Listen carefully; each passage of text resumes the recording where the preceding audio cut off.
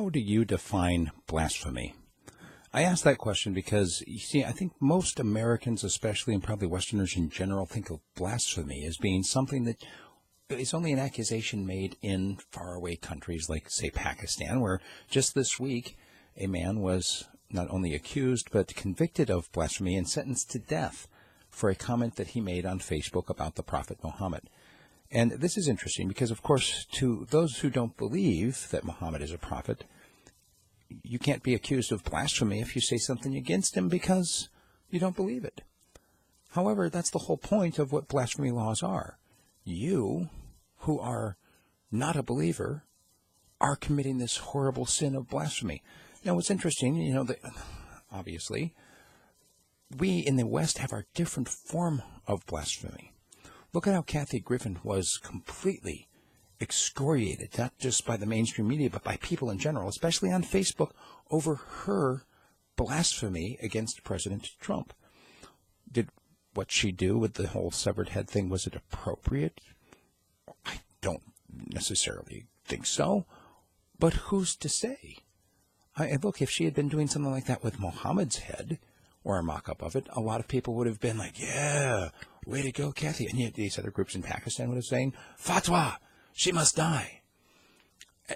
Americans did the same thing, saying she deserved to lose her job.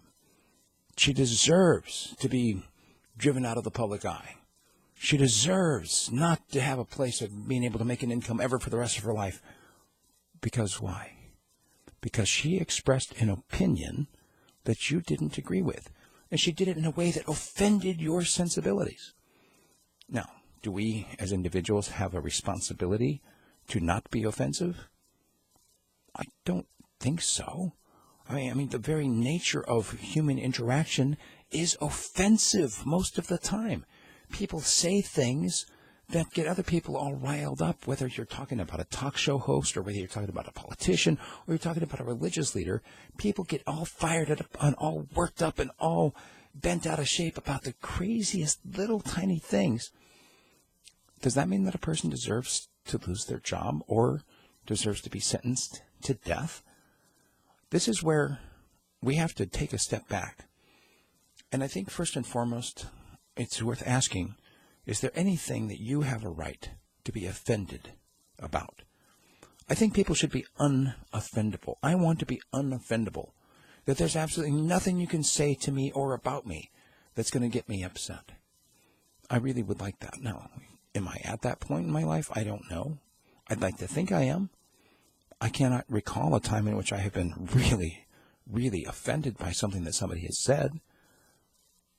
Now, does that mean that I'm setting the standard for you? No, not at all. If you want to be offended by what I say or by what somebody else says, you know what? Go right ahead. But you better not start calling for their death.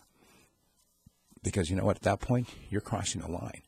You're on the same level as these primitives over there in Pakistan, sentencing a man to death for writing something on Facebook that they disagreed with.